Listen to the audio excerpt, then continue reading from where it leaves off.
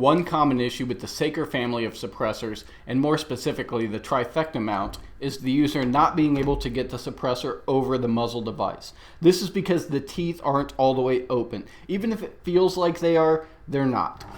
You can tell if the teeth are slightly closed by looking at the top ring of the mount. There's a slight notch in it. If the metal piece under that is inside the notch, the teeth are still slightly closed, causing it to not be able to fit over the muzzle device.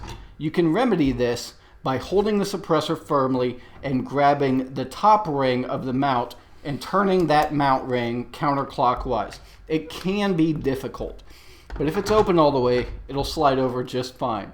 You can also tell if the teeth are all the way open by the piece of metal not being inside the notch. A lot of times this is caused by people doing what I'm doing now, manipulating the mount when it's not attached to a host weapon. That's really the most common thing. So for new suppressor owners, especially if they're going to mount it the first time, this is extremely common. Because the MAAD mounts can be fairly tight, one solution, if you don't have the strength to hold that ring and turn with your hand, is to take the provided wrench.